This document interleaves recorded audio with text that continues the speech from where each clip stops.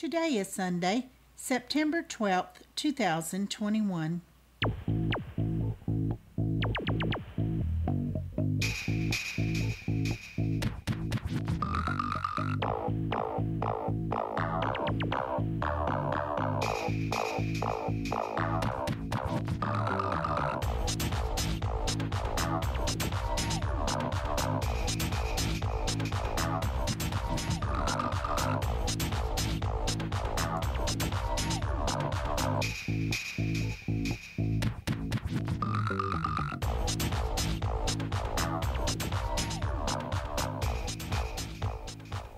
Welcome to the Survivor Fans Podcast. I'm Joanne. And I'm Stacy. And this is our JABBIC Part 1 for Season 41 of Survivor.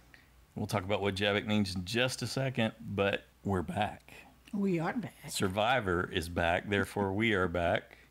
And so after our longest ever hiatus, thanks to the pandemic, but at least that part has changed for now, we've got a Survivor to look forward to.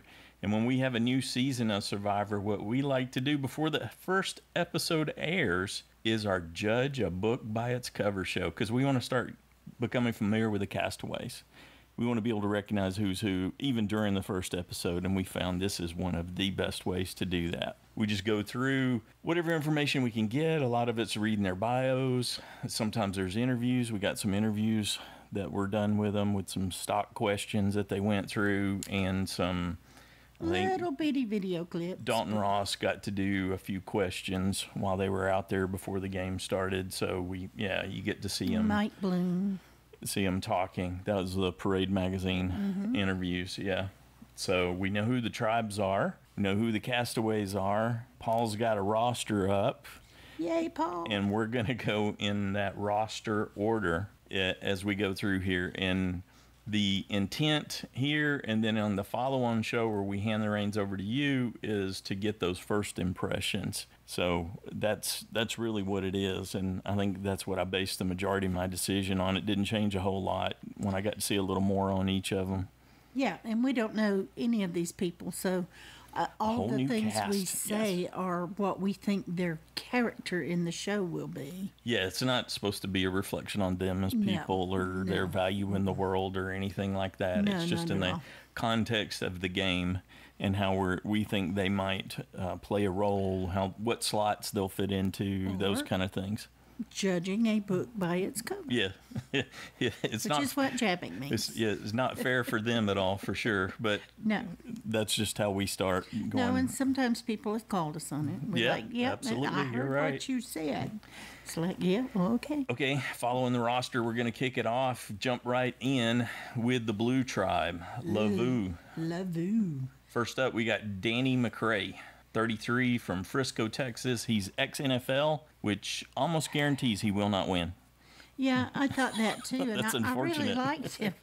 My first impression, my JABBIC of him was, man, that guy's got the smile. I got to think about him for my winner. Oh, really? Yeah, that was my first impression. Oh, yeah, at first. But then I thought, NFL, that just doesn't go well for professional athletes. I thought, there's another profession in this season too that's got that same kind of challenge.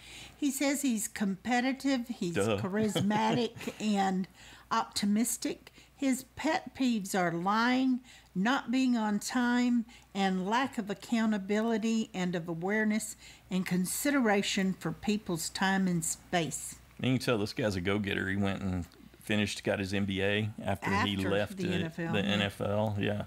Yeah, and he worries about letting people down that took a chance on him. And so that's why he thrives on the competitive situations, he said. Yeah, as a leader, as a performer, a physical presence. He's not the tallest guy in the cast. There's one guy that's 6'5", but Danny's got to be around 6'2", based on how we were looking at it. He's a big fella, so he's going to be important for the physical aspects of the challenges. I got him as merge. Oh, yeah, definitely. He said he admired how Ben played the game. And I thought, his smile, the pictures with the smile on it, smile. from the CBS website, I was like, He's got a great smile. That's the first thing I noticed about anyone. It's the first thing I noticed about you. Yep. Was that you had an awesome smile. And he's been watching Survivor since 2015, he said. He's obviously very strong, and he seems personable. So definitely I have him for the merge, but I do think they'll target him right after the merge. Yeah, unless and he's aware of it, the concept of getting an alliance together to very strong alliance to protect the stay, physical threats, but it just doesn't often come together. So we'll see. Well, my hope will be that he could align with the next person, Deshaun. I like Deshaun. He's 26 He's from California, but now living in Miami. He's a medical student. Podiatric medical student. Yes, with a master's and bachelor's degree under his belt already at 26. He loves making music and playing tennis. He says he's charming, devious, resilient, and self-aware. His biggest pet peeve is that he deeply loathes being told what to do. He studied Survivor just like he did for a test in medical school, and he found that in order to outwit, outlast, and outplay, you must combine social, mental, and physical skills, and he thinks he has it all and can win this season. I like him. I had a really positive vibe, and then I was reading on him, and I thought, geez, he sounds like a recruit, but he says he's a super fan. And by saying he's a super fan, he said he's seen 70% of the seasons, which sounded like someone trying to qualify themselves a little too hard as a super fan. So yeah, I don't know. I liked him. In any case, yeah, I had a good read on him, and I got him for merge. I'm really worried about his plan to be so devious, and he's already given himself a Twitter tag with devious D-Rad. Yeah, but that if he'll let go of that, I think he'll do much better in the game and flow with what's happening versus trying to impose a character on the game. We've known other people that wanted to do that. Malcolm absolutely did that. They didn't show it, but he was upset that they didn't show all the little devious things he did because he wanted them to. But I still like him. I put him in my final four, and so far, till I hear what everybody else has to say, he's my front runner for my USB 24, which is the person that Let's get to that at the end, yeah. Okay. Next up, Mr. Dictator, you see how he doesn't like being told what to do? You're saying you have something in common. Ditto. You can relate to Deshaun. Do not interrupt me again. Next up, we've got Erica. She's 32 from Toronto, Ontario, and she's a communications manager. Is she the first Canadian we've had on Survivor? That was my impression, yeah. I thought so too. Awesome. I don't remember someone else, but I've had Survivor out of my mind so long that I don't have facts readily available anymore. In any case, she says that she is fun, fearless, and empathetic. She claims to be 5 foot tall, which to me is an admission that she is not. She said on a good day. Not 5 foot tall. So she's definitely in the 4'11" range. I know. I've kind of fudged that slightly too. I've had experience with people that you have. Short of stature, claiming more height. She said we all want to be taller. She's been a fan since age 11, which I like. She says she's fun, fearless, empathetic, and quick-witted. She's also quite smart and figures things out easily.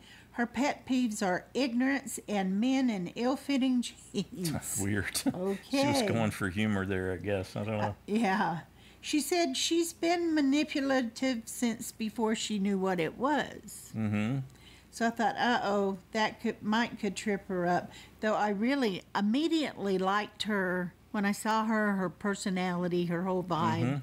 I thought, I think I'd like her. But then the more she talked about, being so manipulative and all the things, I was like, That didn't really register the same way with me. I know it didn't with you, but it did to me. Yep. She's a fan of Todd. That's always a good sign. Well, a lot of people were this season. Can recognize yay. that. Yep. I love Todd. And her goal is to be an easy ally, and that is a fantastic plan. That's a great adaptive approach to the game. I've got a strong like for her. I got Erica making the merge. Oh, well, I have her making the merge too. However, I don't think that tribe is going to lose a lot, but I think if they did lose more than once, she would be possibly the second one to go unless she got in a really good alliance. Let's talk about the first one that's likely to go from that tribe. Next up, we've got Heather. Heather. She's 52 from Charleston, South Carolina. She says she's a stay-at-home mom, but she's been doing that for like 3 years. So I immediately thought mom on vacation, but maybe not. No, she's been a fan for 20 years. Yeah. So I don't think that's a mom on vacation. So, but we'll see. She's got a history of flipping houses, and she's done a whole bunch of different stuff. So. She says she's sharp and observant, very strong and resilient. I'm daring but careful. I build strong relationships. I'm likable and entertaining. I listen and learn. I may not like them all, but I have the ability to convince them all that I do. I'll make people smile when they need to, and I hope to make all feel included and important. I like all of that. Yeah, those are all good things to emphasize and say. I didn't really get that vibe watching her talk. In the videos, though. No. None of that came across to me. No, I wrote I like what she's selling. Yep. And that she's a fan. She says she's going to figure it out as she goes. Trust her gut. The classic trust your gut. Yeah. I perceive her as the weakest person on the tribe. Yeah. On a very strong tribe. Yeah. And if they lose, I do think she's first to go. I think there's a slip up in her future, and so no merge. But there's another person that I think's got an even stronger chance for that, and that's the next castaway. That's Nasir, 37, from Sri Lanka, now in Morgan Hill, California. He's a sales manager. He says he's authentic, outgoing, and hardworking, and his pet peeve is laziness, and he actually grew up with no modern conveniences. Yeah. The whole outhouse, take a bath in the river kind of experience. And until he was 18 years old. Yeah. So he's a fantastic backstory. He actually learned English watching Survivor. What a great hook to get an interview to be on the show. Well, assuming that it's true, but it would be a great hook either way. He said he was watching Survivor with his girlfriend, now wife. But I tell you what, when he said that he thought Philip Shepard was an authentic person, and he genuinely, he wasn't being funny. Nope, he loves him, he said. Loves him, loves his poor game. Nasir. I thought, he's not going to be able to put up with anyone not working at his pace according to his schedule. He's going to get angry with people if they're not putting forth an effort equal to his. He says loyalty's important to him too, which so his judgment, his need to work so hard, given all that he's accomplished in his life, to me says that he's likely to be incompatible in this kind of a situation, that it won't be a place where he can find a rhythm and really thrive. I don't think that's going to happen here, because you got these strong, confident people who aren't going to want to go to march to anyone else's beat necessarily. Well, and he thinks he'll be underestimated so he can be sneaky. Yeah, I got him no merge. I would almost be willing to bet that he could go before Heather. He's so incompatible, and with that misread on Philip Shepard so hard, that did give me pause. I couldn't in good faith think that he would have what's required just to make the merge. Well, I have him making the merge in my final four. Because I want him to merge with Deshaun. Align with Deshaun. And I just want to cheer for him. Erica's a better alliance for Deshaun. I want to cheer for him. Yeah. I'd like to cheer for Erica. Who's not going to cheer for Nasir in a story like that? And yeah. And he says he's not going to even share his backstory because he knows it's too powerful. Exactly. Yeah. And I don't think he cannot. I think some of it will come out. He will. And it will hurt him. And his need to work And hard is going to because reason. it's so intrinsic to him, given the trials and tribulations he's faced. And he's going to relax. He's going to trust someone. It's going to get out, I think. Yep. That's my read anyway. Well, we talk about a negative JABBIC reaction. Sydney was off the scale for you. I took one look at one photo and said, I don't like her. Yeah. And I went, but why, Joanne? Why are you? I was just beating myself up for, well, you have absolutely no reason She's 20. to think that. And I thought, I sense an attitude in her pose. I thought, that's ridiculous. She's 26. She's originally from L.A. And she's now in Brooklyn. She's a law student. My conclusion, I'm a nut job. Her pet peeves. She is a fan. Pet peeves are bodily noises, sniffling, snoring, heavy breathing, coughing. She speaks Spanish, Italian, Portuguese, and some French. Wow. Yeah. She said she's very athletic, has good social skills, and social awareness. She can adapt to any situation that has a high survivor. She has a high survivor IQ and plays to win. I'm not buying all of that. Red flag, anyone who tells you they have a high IQ. Yeah.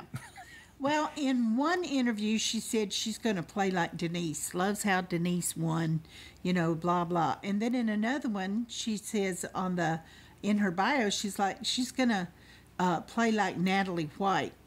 And she loves Russell Hance's gameplay. His unapologetic attitude. She digs that. She wants to have that. And I thought, uh-oh. She says you're not going to tell him she's from Beverly Hills, but I got a surfacey vibe from her. There's an attitude or something, right? Before, and there's a little bit of the Valley Girl kind of cadence to her talk that is something that's immediately off-putting for me. I don't know about that, but I just, like I said, I took one look at the photo and thought, attitude. And I don't even know why. I feel like a very bad person. There's like days and hours before I even looked at anyone, and I had heard all this multiple times. Yeah, I was like... Every time you'd go back across she came across as untrustworthy, which, that describes Survivor, but didn't matter. I've been blah, blah, and I thought she's pretty and physically fit, and she probably is very smart. So I said merge. She seems like, I gave her merge too, but because of her waffled. strength. Yeah, I waffled on having her as a no merge, but she's the most physically fit, probably female on that tribe. Yes, absolutely, and that's why I put her as merge. And but she says she's not good at puzzles. Mm-hmm. So. Anything else you want to say about Lavu, the blue tribe? Nope. I think. All right, moving on to, this is the green tribe. Ooh, green. Yeah, and I cannot tell those colors apart. I really dislike their color choice, their color scheme this season, because these next two tribes, I can't get it. Okay, the tall guy on the green tribe, Brad Reese. Brad, 50 years old, from Wyoming. He's a rancher. I don't remember anyone else being from Wyoming, but he thought that was a defining feature too. He says he is spontaneous, practical, and patient. His pet peeves are lack of initiative. He's been married for 21 years with 4 kids. He's a private pilot and likes living on the edge. Plans a thoughtful, strategic gameplay like Boston Rob. With my social skills, I believe I can build multi-dimensional alliances and win trust with most people, but with laser vision towards the end goal. Okay. He sounds good. My input, he sounds good, but I just can't get a feel for that looking at his pictures. I did see some of them where he was smiling. At first, the pictures I saw, he looked frowny-faced. Very dour. And he was right next to Danny and Deshawn, so it really stood out that he wasn't smiling, but I did see him smiling in other pictures. So, but I don't even know if he's as fit as he thinks he is for the game of Survivor. But I'm gonna say merge anyway, just because he's definitely merge, big and strong. Dude's gonna have a hard time hunting for idols at 6'5" and all that bushy curly hair. And I think he's gonna have a very good work ethic. A lot of these sure. people, I think, will have a good work ethic. Well, and to be competent, having to do so many different roles on the ranch, the way he was describing, certainly will make him an asset around camp. But is he going to work himself to death and then be upset because the other people don't? Hopefully not. He said he started watching Survivor after his daughter came back after seeing Holly talk. So they went back and watched Survivor Nicaragua together, and then he got hooked on Survivor through that. So awesome. Look at that. Something else good came out of 21 with Nicaragua. And he didn't mention Judd, which was awesome. Okay, next up we got Jeannie. Judd? Yeah, Fabio. Oh, Fabio. Yeah. Okay, I was thinking of Judd Sargent from Guatemala. I love Judd. He's so nice in person. Okay. Okay.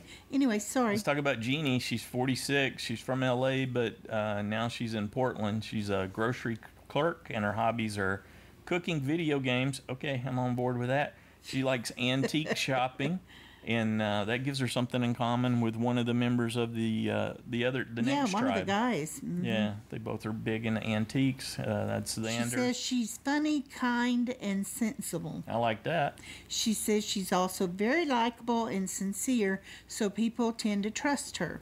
Her pet peeves are people who wear masks incorrectly or not at all. I bet. All that hard work as a clerk, and you got people, I totally understand that. I do like that she said that she doesn't believe in playing, because they ask about who else, This is generally the best answer to that question as far as I'm concerned. Yeah, she didn't, she wasn't going to play like any other contestant. She's going to play like herself. Yeah. So, which is all you can do. Pretending that you're going to be Russell or whoever, that never works and doesn't make sense. She plans to make many alliances so she can always have the best option to further her game.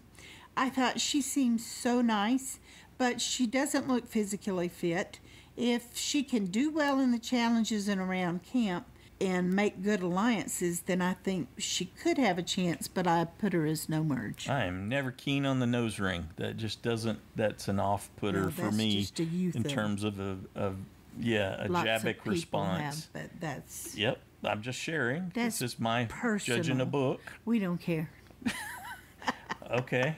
Well, it's an outward physical thing that I had a reaction to. I'm sharing that. You do. But what I was going on to say is that I love her even keel approach to the game, and I think she's going to find a way to make the merge. And she's got a good vibe. I had her as the first off on her tribe, I think. Yeah. Okay. There are much better choices that I think will present themselves than her. Okay. Next up, JD. And he was listed as Jarius, but he went by JD when he was introducing himself. Yeah, he made that clear that he's JD. 20 from Oklahoma City, Oklahoma. He's a college student. He's a super fan. Pediatric nursing is his goal. Yeah, super fan. He was a military kid and he has 8 siblings. Oh my goodness. He's a confident public speaker, which is just a fantastic skill to have. And he's said he's been in Toastmasters since like the 5th grade. Yeah, he does. What a great jiu-jitsu, running, what dance. A great skill to be cultivating like that. He says he's high energy, charming, and charismatic. I believe that. Yeah, I got him making the merge. Yeah. He hates bullies and loud eating. A lot of people talked about the misophonia. People eating with their mouth open or all of that stuff. I totally relate to that. A lot of these people. Very much relate. I think he's kind of he's planning to show himself as kind of a goofy, go with the flow kind of guy, but he says because of doing the Toastmasters, he's definitely got the bro vibe. Yeah. Yeah, he can be very eloquent in his speaking. And he plans to charm like Parvati, be underestimated like Fabio, and use Jeremy's shield management. So he says he has great social awareness and was very popular with all groups in school. I really liked him. I think he was one of the ones I put in my final four. And I don't know if he can make it to the end, but definitely the merge. Yep, definitely for the merge. Next up, we got Ricard. He's 31 from Washington. He's a flight attendant, which means, boy, there's a great profession that practice your social skills. Absolutely. Yeah. He's been a fan since age 11. His hobbies are violin, running, and winter guard. He says he's a hopeful, positive, and funny person. His pet peeve is being asked a question and the answer being ignored. He's deaf in one ear. He reads lips and knows sign language. Here's the kicker, that could be helpful out there. Certainly could, but it could also get you into that really bad space where you're not picking up on what's going on. Feel excluded. Yeah, if you can't see their lips, you're not going to necessarily hear them that well. It could kick in that exclusion paranoia, which we know that's there, whether you can hear well or not. Mm-hmm. So it could be potentially magnified. But the real kicker for him with me is that he's got a second baby that's due the week he gets back from the game. This guy's going to be so distracted. He's going to have trouble focusing because of that. And he's going to, the minute he feels isolated, he's going to feel that pull back home. With his first kid, this is his second kid that's on the way. And that's just going to undo him, I think. Yeah, maybe not. But, so I got Ricard as no merge. Really? Yeah. No, I have him as merge. I think he said something about he wants to work hard but be under the radar. He wants to get close to a small group, but he wants to keep others out. I think that could be the kiss of death. Yeah, it's sort you of shouldn't exclude anyone. Yeah, you might need them. Yet another nail in his coffin, as far as I'm concerned. I thought he would be physical, probably good in the challenges, but I don't know if the hearing will influence that or not. But I put him as merge. Okay. Well, certainly one we differ on. Next up, we got Sarah Wilson, 24 from California. Now she's in Boston. She's a healthcare consultant. She's been a fan since age 5. Her hobbies are poker, aerial silks, and trapeze, and cooking. She's a former long-distance swimmer. That'll help. Says she's very astute, resilient, and witty. Her pet peeves, again, are loud chewing or people chewing with the open mouth, uncleanliness, and crude humor. Okay. Definitely can relate to some of those. She went to MIT, but she doesn't plan to tell anyone that. That's probably pretty good. Good plan. She wants to be underestimated, and she says she's pretty good at reading a room and knows when somebody's lying to her, so we'll see. The kicker with that, not telling them you went to MIT, is sometimes you expose yourself just in what you share. Yeah. In the words that you choose or how you choose to express them, I think. So that can come back to bite you. Well, I think she could go really deep in the game if she gets in a good alliance. Yes, and I think she can probably stay under the radar, at least in the beginning. From the way I look at the game from the primary social aspect now, she's a prime candidate. She can hide in the middle all the way. Yeah. I have her my final 4.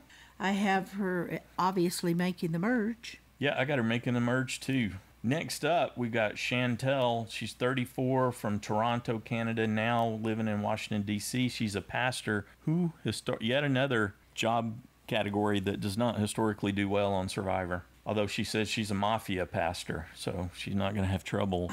Okay, I don't think I saw that. But not going to have trouble cutting someone if she needs to. Well, here's what I kind of question a little bit. Her hobbies are running, improv, acting, comedy, and dancing. She says she's passionate, authentic, and resilient.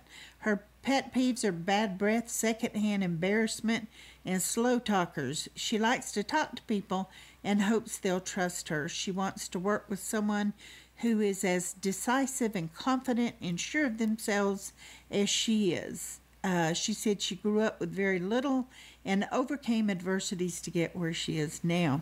Claimed Jeff as a father figure and that she's inspired by Xena Warrior Princess, even having a themed birthday party based on that just last year. Okay. The thing that bothered me about what you just said is that in one interview she talked about, watching the TV show and what it meant for her, how Jeff taught her by encouraging other people because she had been removed from her home and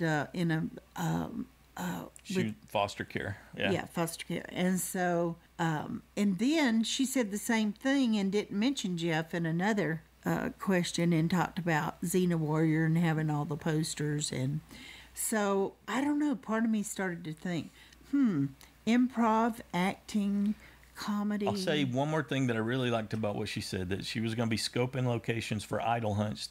She'd be scoping locations from day one, but not doing the actual idol hunt. So I thought, okay, that's good. I like that. Didn't want to be obvious about it. And then at one point, she mentions she's got multiple sclerosis. And I can't imagine why anyone with MS would even get cleared medically to be out there. She said that she had worked out a way to do it by staying healthy or whatnot. But these conditions are going to exacerbate and magnify anything that negative. She normally does. Yeah. It just seems like, it seems like bad judgment on her part to put herself in that situation.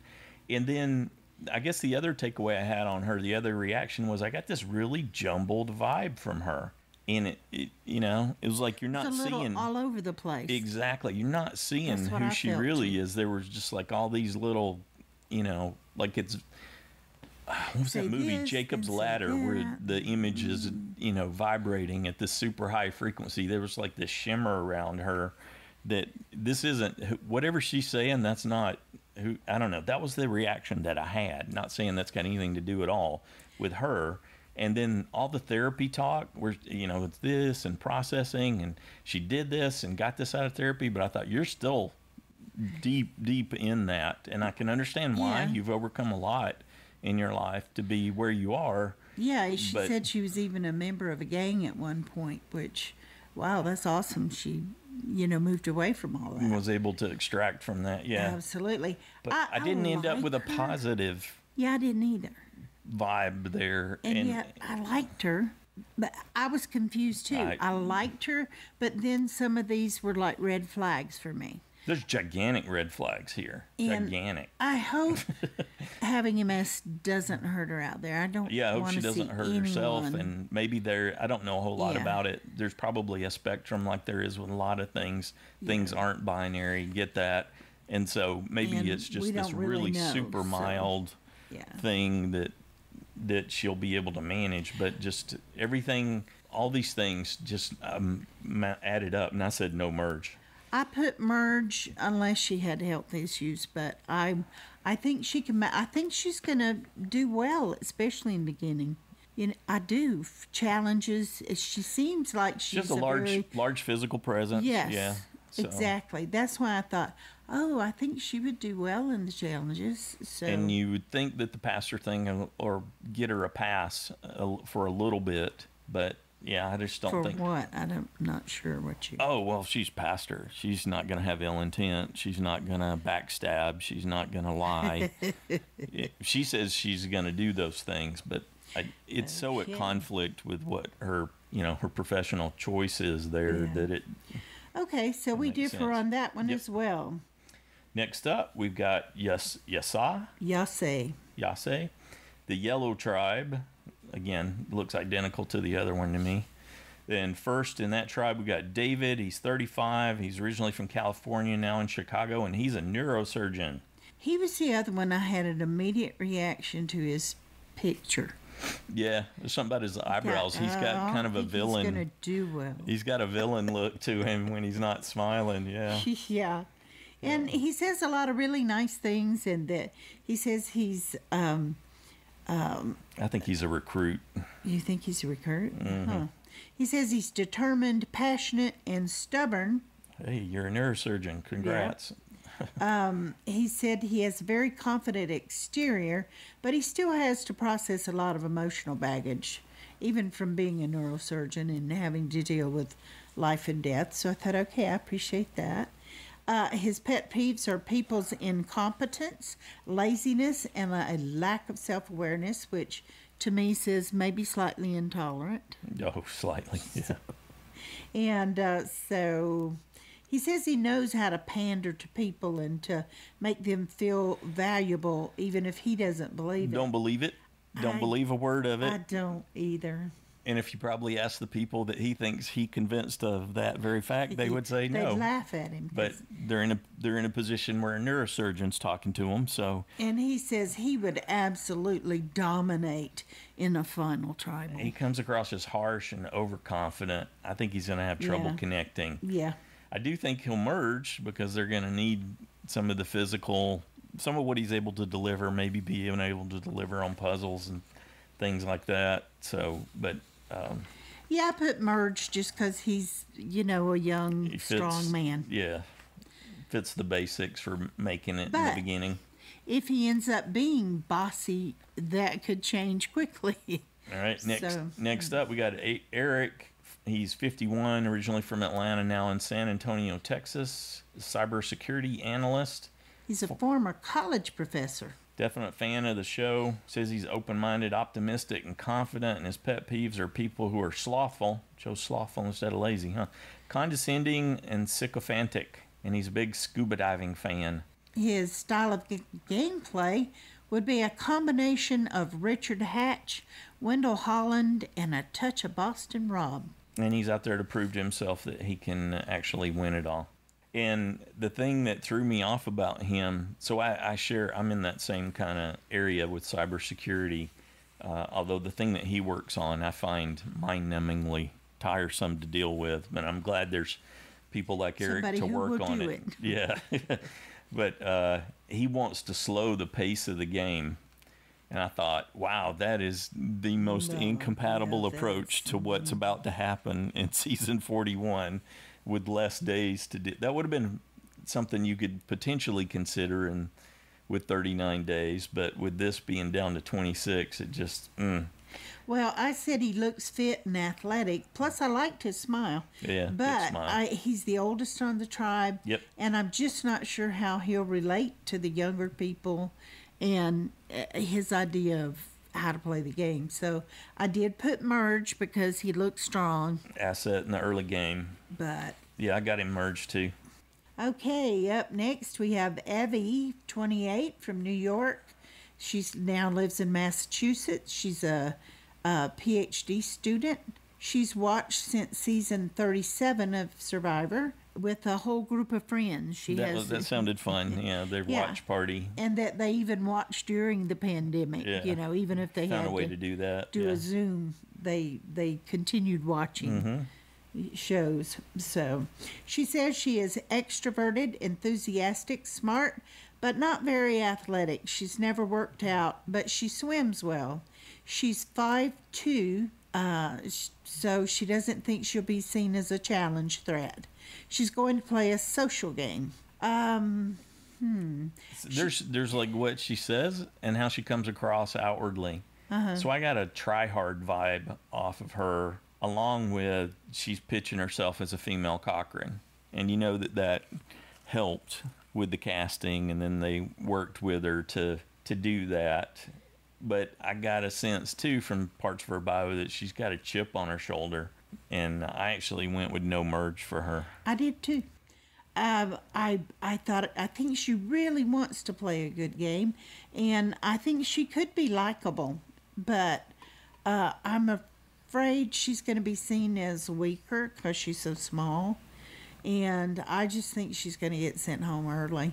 I hope I'm wrong and she makes good alliances, but I did put no merge. Outwardly trying to stand out and's got a look at me thing, and then is going to try to play the social game. I don't know. It didn't come across well. Well, it's like Cochran, which she referenced, and how he tried too hard the first time around. Yep. That was basically what he was doing. Yep. She seems to be tracking for that. Yeah. So... Okay, next up, Liana, 20, from Illinois, now from in Washington, D.C.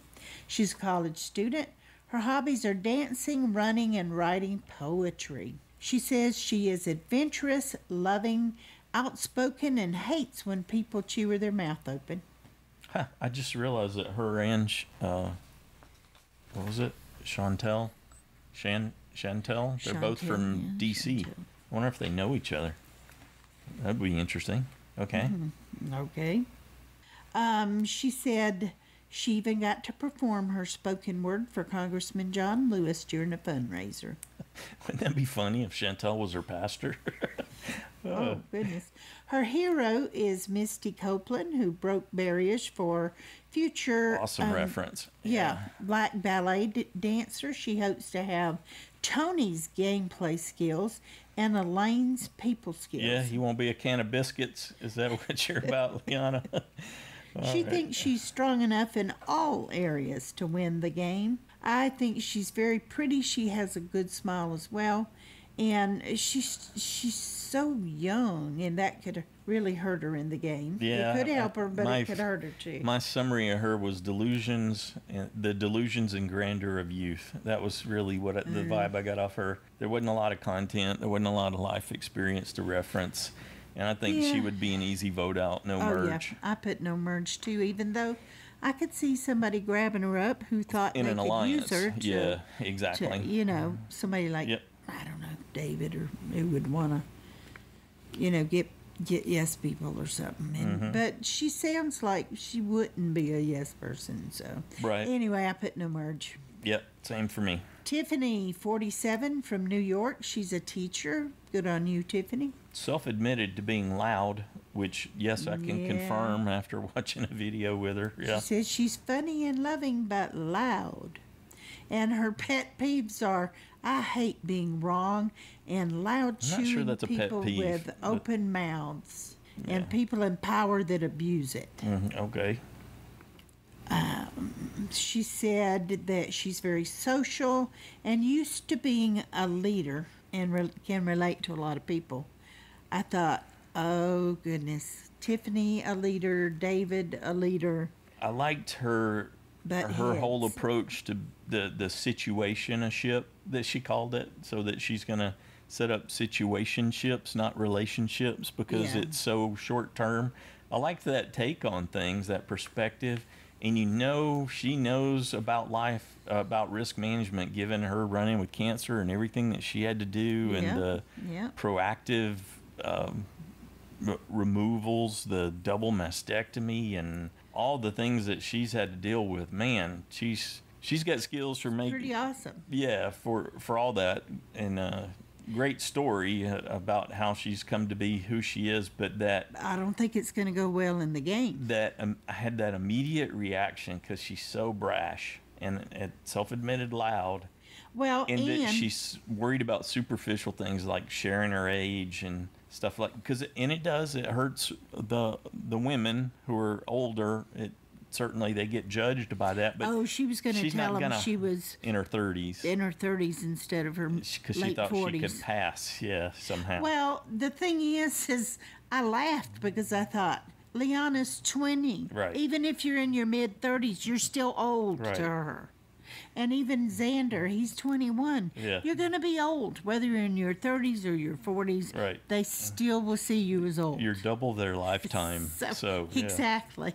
So, and there's so much her kid's age.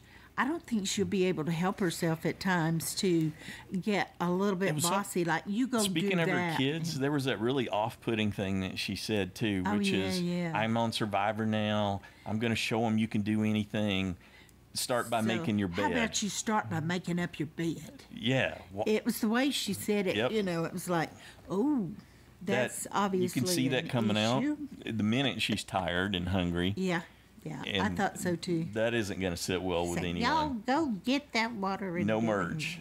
No merge for Tiffany. She's an easy out. I know, and then I realized I put all 3 women on that tribe. I did too.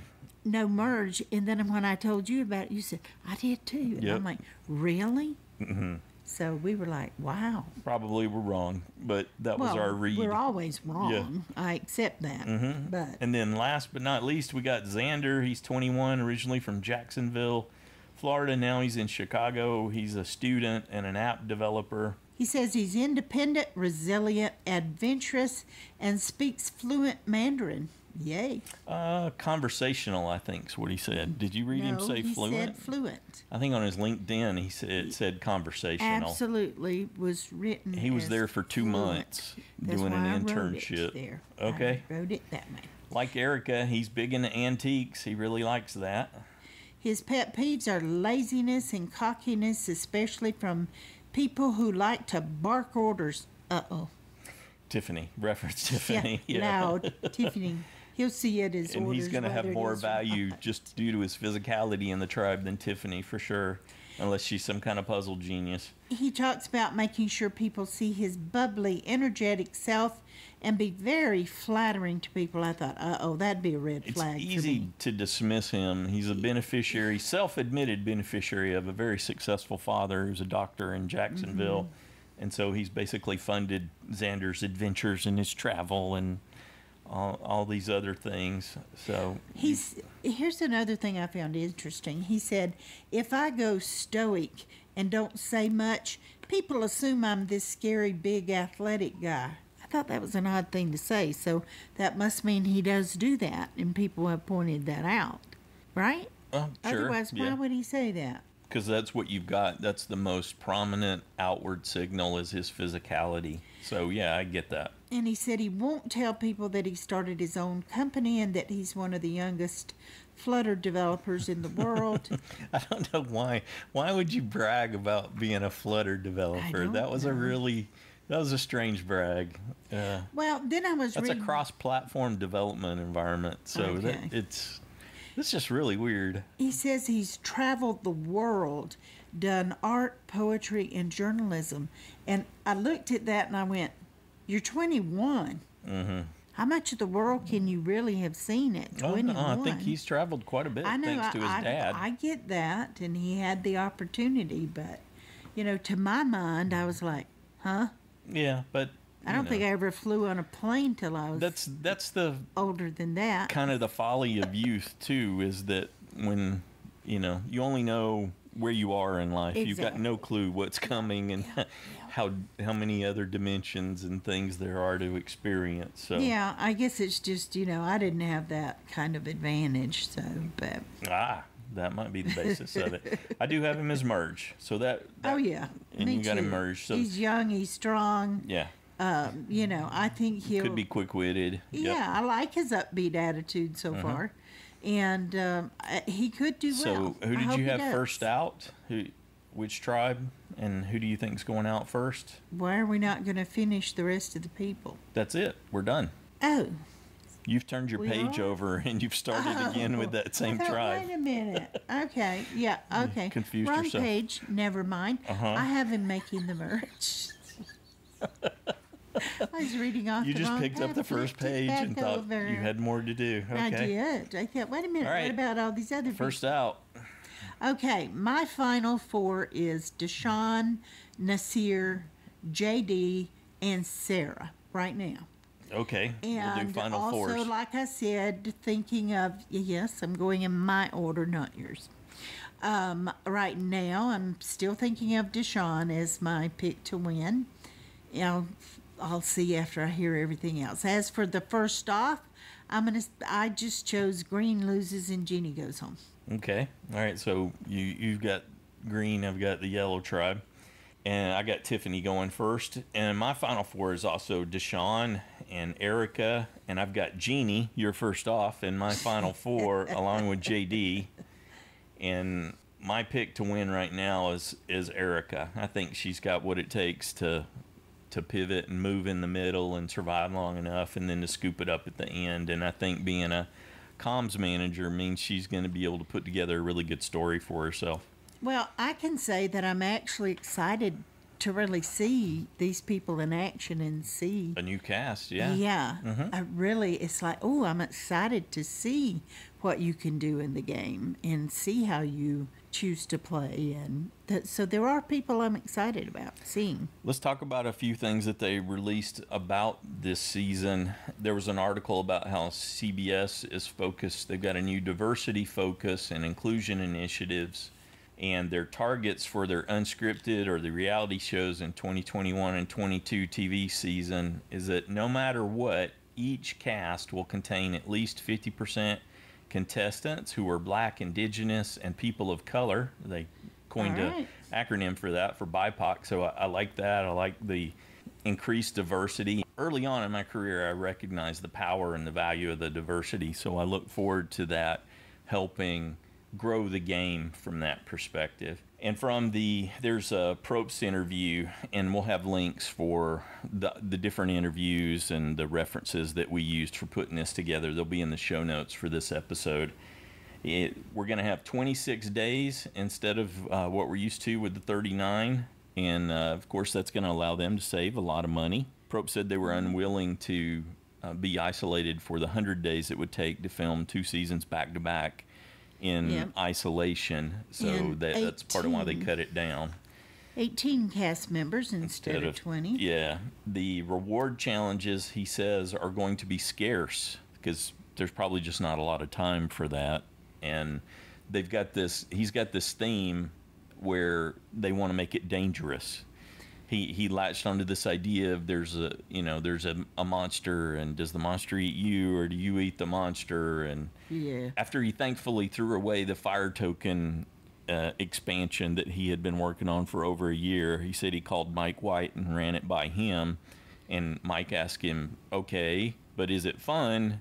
And that was all Probst needed to hear, so he threw all that work away and focused on making it fun from there going forward. So there's not going to be as many reward challenges. They're not going to get a daily allotment of food. So making it dangerous by making the conditions harsh just seems like not the best idea. Well, yeah, I know he talked about they'd get less food from the get-go because they wanted them to get thrown into that confusion state early. Here's the thing with that. If it's an environment that you've got food sources that are abundant, and that you could draw on, given that you had the skills and the wherewithal to take advantage of it, I get that.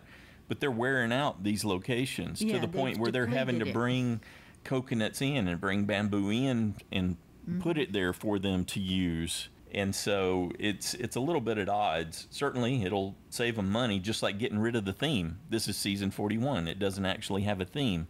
So the art department doesn't have to do a lot of extra work around the theme and design sets with that in mind. So they're saving on the number of days they got to pay people to work. They're saving on what they've got to create for the show. They don't have to have a bunch of rewards cooked up and different agreements set up. It's all about saving. They're want to keep it focused on smaller tribes. It sounded like, because I assumed they would merge quick with 3. Yeah, I thought so too. Of 6, because once you lose 2 people out of a tribe, and you're starting to have challenges where it's 3, 4 people. 4 versus 4, or 3 versus 3, or worse, 2 versus 2. That that doesn't strike. It doesn't sound like good entertainment in that respect. I agree. And then he says the advantages come with big risks, which I like that kind of a tweak, and I think that's a good first principles kind of approach. And in the commercial, you get to see someone's holding an advantage, and it's written on it. It says, "Beware advantage!" ! If you take it, it's yours, and you must do what it says. Otherwise, leave it. So you get to make a choice whether to keep it or leave it. Yeah. I mean, you have to keep it, right? Don't you? I think most people would do that, yes, but it's going to come with some requirement, some extra task that they have to do, or something they have to do to retrieve the actual thing, the attempt that they have to make. So that's an interesting twist. He says that each week there will be a feature where there's a hidden rebus puzzle, which I had to look up what rebus puzzles were. I wasn't familiar with them, for the fans in each episode. I thought he said the younger fans. Well, yeah, whatever.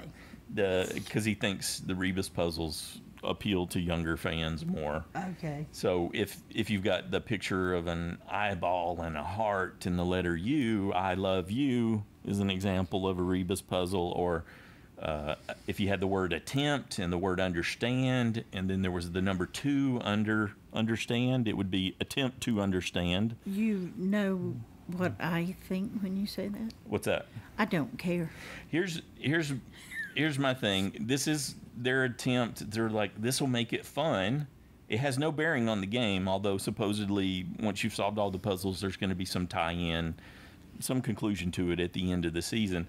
But that means it's taken away. This is where they get lost. It's going to take away from where they could show us some what social interaction, right? More of the in the tribe at camp life, so you can see how people are relating to each other. So hopefully it doesn't take too much away for those kind of things. And then he also says that he's going to be talking directly to the audience and letting us in on twists before the castaways know. And my thought was, I don't really watch to see you at all. So I don't really want to see you talking about the twist. I'd rather see the impact. Well, maybe he's not going to talk. Maybe they're just going to show us something. No, I read that he's going to be talking directly to the viewing audience and letting us in on it. So, well, hopefully they can find a way to strike a balance. Yeah. Yeah. But at least it's a 2-hour premiere. 2-hour premiere is a plus. Survivor's back. That's a plus. You know, it's 26 days, but they're going to stretch it out to a normal season, I guess, as far as we know. So cool. What else do we need to cover?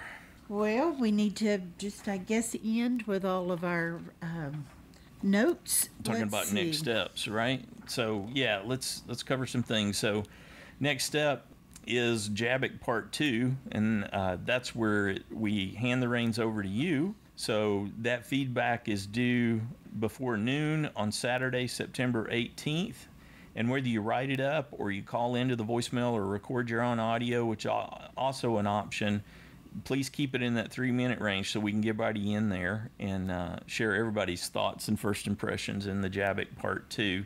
Looking forward to hearing from you. The voicemail line 206-350-1547 or toll free 844-643-8737. The email Joanne and Stacy Show at gmail.com. And you can always find that at the website for the podcast, getsfp.com. Let's see. We want to give a big thanks to Paul for the roster. Great roster. And the website logo for season 41. Yep, and that's going to help you with your JABBIC to have that roster in front of you. Yeah. Some people do their JABBIC just from the roster. They just look at them and suss it out. We've seen some successful takes just from that. Yeah. That's a quick way to do it. Yep. Awesome job, Paul, as always. Super thanks to Steve for creating the JSFL website. So we run a fantasy league every season, and Steve runs that for us, and that's going to be up within the next few days. Check the link for that. And we want to remind you that we don't have records of your passwords, so that's up to you to keep your username and password. Sorry, we can't help you if you've lost that at this point. I want to say a huge thanks to Jeremiah for maintaining the Survivor Fans Podcast Fans page on Facebook. Good job, Jeremiah. Okay, if you're new to JSFL, you need to register before the deadline of 7:30 Eastern Time, 4:30 Pacific Time on September 22nd in order to play for this season. Registration will close that day, yep. Yes.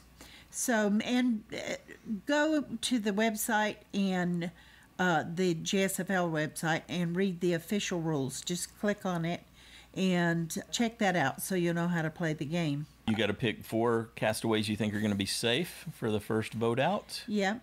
They have to still be in the game at the end of the game is what safe means. Mm-hmm. So at the end of the episode. If they leave the game in that episode for any reason, they are not safe and you do not get a point. I wanted to clarify that. Okay. You have to pick someone you think is going to win it all. Who's going to be this season's survivor? Yeah, we call it USB 24. The ultimate survivor bonus. It's worth 24 points, and you also you'll pick who gets voted out. So if if there are multiple ones that get voted out in that first 2-hour episode, as long as you get one of them, you'll get the points for that. On the USB page and on the picks page, make certain that you click submit. If you don't, you won't have... It won't count. It won't get registered. You won't have a USB 24. Make sure to scroll down and hit that button. Yeah, once you made your selections. Now, when you do choose your USB 24, you can go back to the regular Pix page, and your USB 24 should be showing in bold print. If they're not, you missed something. Go back and do it again. It's a good practice, too, to log out, log back in, and make sure your Pix have all been recorded. Yeah, I do that. Yep, good deal. Anything else? The side challenge. Yeah, so we do a fun little side challenge along with the Survivor Fantasy League that we host, and you end up having to sing a parody song if you lose the side challenge. So there's nothing that you win if you win the side challenge, but if you lose, then you owe a parody song that's focused on this season that the winner of the side challenge will set some criteria for.